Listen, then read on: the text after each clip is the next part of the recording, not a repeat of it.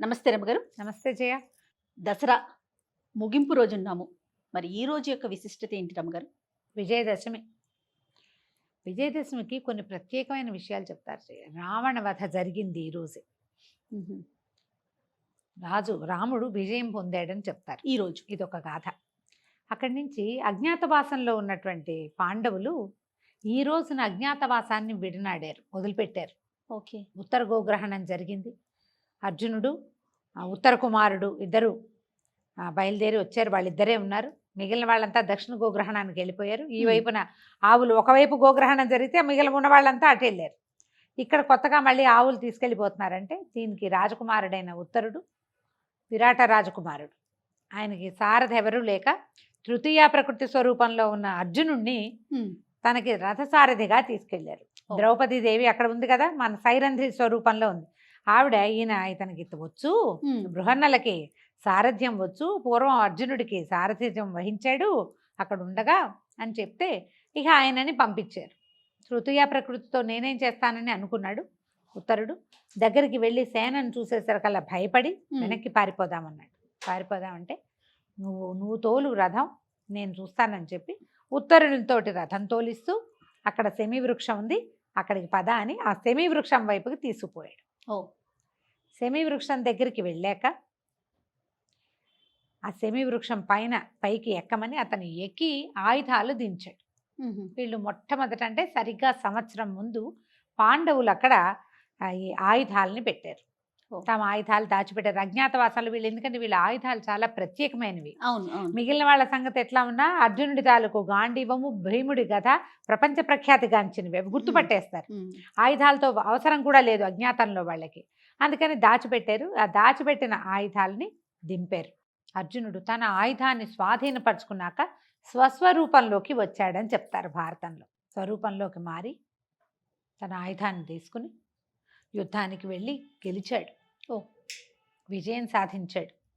ఆ రోజునే వాళ్ళ అజ్ఞాతవాసం పూర్తయి వాళ్ళు ఏ పందెం పెట్టుకున్నారో ఆ పందెం పరిసమాప్తి అయిందనమాట. అందుకని అది ప్రత్యేకంగా ఈ రోజున సెమీ పూజ కూడా చేస్తారు. మనకి ఇప్పుడు అవతారాలు ఏం వేస్తారు, 9 అవతారాలు నవదుర్గలు పూర్తయిపోయారు.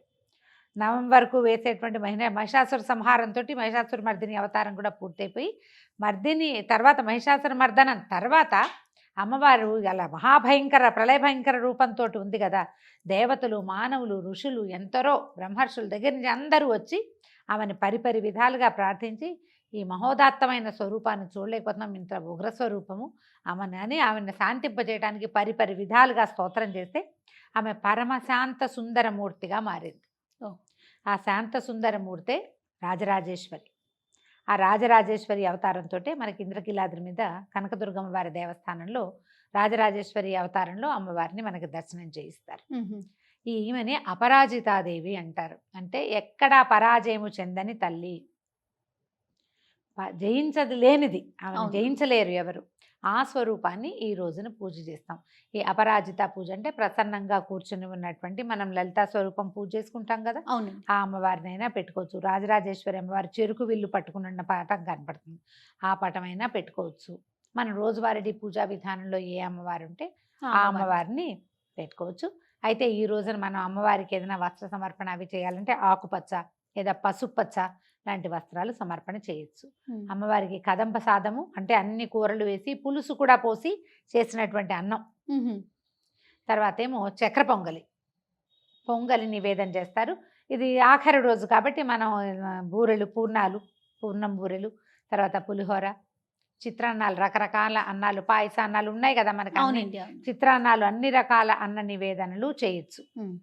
శాకాన్నాన్ని బదులు మనం ఇది చేసుకుంటాం కదా కదంబ సాదం, అన్ని రకాల నివేదనలు చేయొచ్చు. ఇన్ని రోజుల్లోనూ మనం సేవించుకోలేని ఏవేవి మిగిలిపోయాయి అనుకుంటాం అవన్నీ కూడా అది ఈ పండగ రోజున అన్ని రకాల సేవల్ని అమ్మవారికి సమర్పణ చేయొచ్చు. అయితే ఈ రోజు ప్రత్యేకంగా మనం మామూలు సాధారణ జీవులందరూ, మామూలు మానవులందరూ పాటించే విధానం ఏంటంటే అమ్మని పూజించుకోవటము, తర్వాత స్నేహితుల్ని కలుసుకోవటము, దేవాలయ దర్శనం చేయటం, సీమోల్లంఘనం అంటారు. సీమోల్లంఘనం అంటే మన ఊరి తాలూకు పొలిమేరలు చూసి రావటం, పొలిమేర దాటి మళ్ళీ లోపలికి రావాలట. తర్వాత పాలపిట్టని చూస్తారు.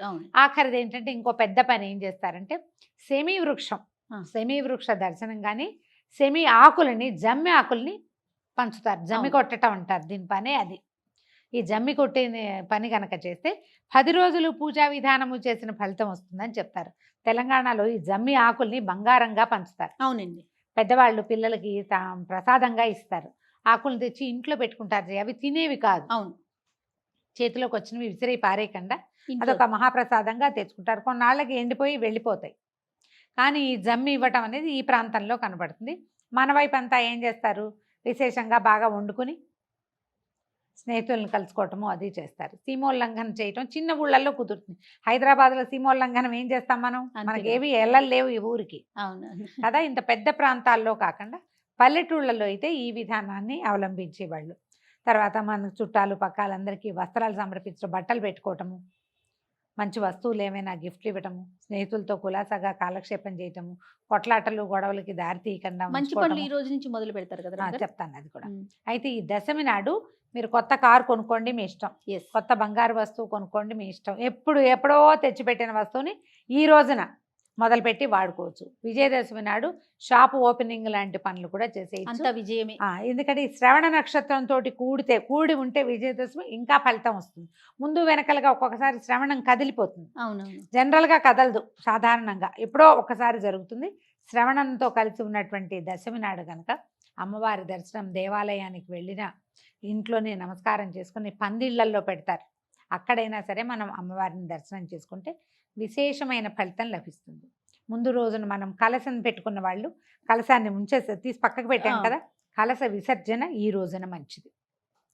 కలశంలో నీళ్లు పోసి పెట్టామనుకోండి, ఒకవేళ నీళ్లు పోసి పెట్టుంటే ఆ నీళ్ళని మొక్కల్లో పోసేసి ఒక చుక్క కొద్దిపాటి నీళ్ళని మన ఇంట్లో అందరూ ఎవరెవరున్నారు ఇంటి కుటుంబ సభ్యులు అందరి నెత్తి మీద చల్లుకోవటం ఒక మంచి పద్ధతి. తర్వాత ఒకవేళ బియ్యం పోసి కలశం పెట్టామనుకోండి, ఆ బియ్యాన్ని ఈరోజు ప్రసాదంగా మనం అన్నం వండుకుంటాం కదా, దాన్ని ఆ బియ్యంతో వండుకోవటం మంచిది.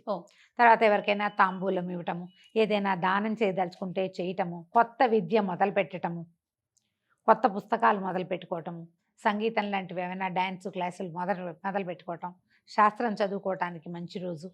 ఇట్లా ఏదైనా సరే ఏ కొత్త పని చేయాలన్నా ఈ రోజున చేసుకుంటే విశేషమైన ఫలితం లభిస్తుంది. మంచిదంటే సరిగ్గా పూర్తవుతుంది అనమాట. పాండవులు ఆ కథలో చూద్దాం, అజ్ఞాతవాసాన్ని విరమించారు. వాళ్ళు రాజ్యాన్ని మళ్ళీ పొందటం అనేది ఎంత బాగా జరిగింది. మధ్యలో ఎంత గొడవైనా సరే అవును, చివరికి వాళ్ళు ధర్మం గెలిచింది. వాళ్ళు ఏ ధర్మాన్ని పట్టుకుని ఉన్నారో ఆ ధర్మం గెలిచింది. అలాగే మనం కూడా గెలుస్తాం. గెలుపుకు సూచనే విజయదశమి. చూడు, మంచి చెడు మీద 9 రోజుల నుంచి యుద్ధం చేసి 9వ రోజు రాత్రి అమ్మ విజయం సాధించింది. ఆ విజయానికి గుర్తే మనం ఈ రోజున పండగ చేసుకుంటాం. విజయదశమి పండగ చేసుకోండి. రాక్షస సంహారం జరిగింది కాబట్టి రావణాసురుణ్ణి వెలిగించడం దశమి నాడు చాలా చోట్ల కనపడదు. అవునండి కదా. ఈ నార్త్ ఇండియాలో అక్కడ చూస్తాం, రావణ సంహారం చూస్తాం. మన దగ్గర కూడా అక్కడక్కడ పెడతారు. అయితే అటువైపు అయితే నార్త్లో అయితే ఏం చేస్తారు, 10 రోజులు తొలి రోజు నుంచి మొదలుపెట్టి రామ్లీల ఆడడం మొదలు పెడతారు. రోజు రామ్లీల ఆడి ఆఖరి రోజున రావణ వధ చేస్తారు. వాళ్ళ పద్ధతి. ఈ 10 రోజులు చండీ పారాయణ చేసుకోవచ్చు. మీరు ఏం చేసినా సరే మంచిదే. ఎంత చిన్నదైనా ఎంత పెద్దదైనా శక్తి అనుసారం మానేయకుండా, బద్దకించకుండా, ఎందుకులే అని ఏమవుతుందిలే ఇలాంటి భావాల్లోకి వెళ్ళకండి. ఒక పాజిటివ్ ఫోర్స్ని మనం ఎలా ముట్టుకున్నా మనకి ప్రయోజనం లభిస్తుంది. అది మనకి ఏమంటారు, ఈ మెటీరియలిస్టిక్ ప్రయోజనాలే కాకపోవచ్చు. అది మనకి డబ్బుగానో, ఉద్యోగంగానో, వస్త్రంగానో, బంగారంగానో, ఏదో పదోన్నతిగానో పరిణమించకపోవచ్చు. కానీ పాజిటివ్ ఎనర్జీ ఎప్పుడూ మన వెన్నంటి ఉంటుంది. ప్రతి సంవత్సరం వచ్చే దసరా పండగలో 10 రోజుల పాటు మీరు చేసే అర్చన పూజ ఏడాదంతా మనని కాపాడతాయి. అంతే కదా. మనని కాపాడే ఈ ఆద్యశక్తికి నమస్కారం చేసుకుంటూ ఈ 10 రోజుల్లో ఆమె చాలా ప్రసన్నంగా ఉంటుంది కాబట్టి ఈ ప్రసన్నతని సొంతం చేసుకోండి. దీంతో మనం దసరా పండుగ తాలూకు వీడియోలు సమాప్తి చేద్దాం. చాలా చక్కగా 10 రోజులకు సంబంధించి ప్రతి విషయాన్ని ఏ రోజుకి ఆ రోజు ప్రత్యేకంగా మాట్లాడుకున్నాం. చాలా సంతోషం రమ్మగారు. తర్వాత మనం కట్టుకున్న శారీస్ని సఖీ శారీస్ వాళ్ళు స్పాన్సర్ చేశారు కదా రమ్మగారు. బాగున్నాయి కదా, చాలా బాగున్నాయి. ఎక్కడెక్కడ బ్రాంచెస్ ఉండి మీకు ఏమైనా ఐడియా ఉందండి? ఇది కూకట్పల్లి, సికింద్రాబాద్, ఏఎస్ రావు నగర్ మూడిట్లో ఉంది. Sakhi the house of Kanchi weaves వాళ్ళవి. అయితే వీళ్ళకి విజయవాడలో, మంగళగిరిలో, తర్వాత గుంటూరులో కూడా షోరూమ్స్ ఉన్నాయి. ఓకే, పట్టు చీరలు వీళ్ళ ప్రత్యేకత. వీళ్ళ ప్రత్యేకత కంచి వీవ్సే, దాని పేరు హౌస్ ఆఫ్ కంచి వీవ్సే. ఓకే, అవకాశం ఉన్న వాళ్ళు చూడండి, ఇప్పుడు మేము కట్టుకున్న చీరలు ఎలాగో కనపడుతున్నాయి. రైట్. వీటితో పాటు మనం వేసుకున్న జ్యువెలరీని ముకుందా జ్యువెలర్స్ వారు మనకి స్పాన్సర్ చేశారు రమ్మగారు. వీళ్ళకి బ్రాంచెస్ వీళ్ళకి కేపీహెచ్పిలో ఉంది, కొత్తపేట్, సోమాజిగూడ, వీటితో పాటుగా ఖమ్మంలో కూడా ఒక బ్రాంచ్ ఉందండి. వీళ్ళది ఏంటంటే ముకుంద అనగానే ఫ్యాక్టరీ అవుట్లెట్ అనే ఒక ట్యాగ్ లైన్తో వీళ్ళు ముందుకు వచ్చారు. లైట్ వెయిట్ జ్యువెలరీ వీళ్ళ స్పెషాలిటీ అండి.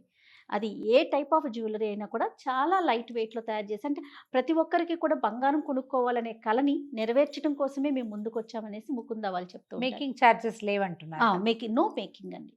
మేకింగ్ ఛార్జెస్ లేకుండా ఓన్లీ తరుగు మీద వెళ్తుంది. బాగున్నాయి. ప్రతి నెక్లెస్ యూనిక్ గా కొత్తగా ప్రత్యేకంగా కనిపిస్తున్నాయి. పండగను మాత్రం మనం చాలా బాగా జరుపుకున్నాం. ఈ సందర్భంగా మనం స్పెషల్ థ్యాంక్స్ చెప్పాలి అనుకుంటే కనుక మన కెమెరామెన్స్ అంతా కూడా ఎంతో కష్టపడి స్టూడియో అంతా రెడీ చేశారు. వీళ్ళతో పాటుగా సఖి అండ్ ముకుందా జ్యువెల్స్, వీళ్ళిద్దరికి కూడా special thanks. Thank you very much. Once again మీకు దసరా శుభాకాంక్షలు రమ్మ గారు. సుమన్ టీవీ ప్రేక్షకులందరికీ దసరా పండుగ శుభాకాంక్షలు. నమస్తే.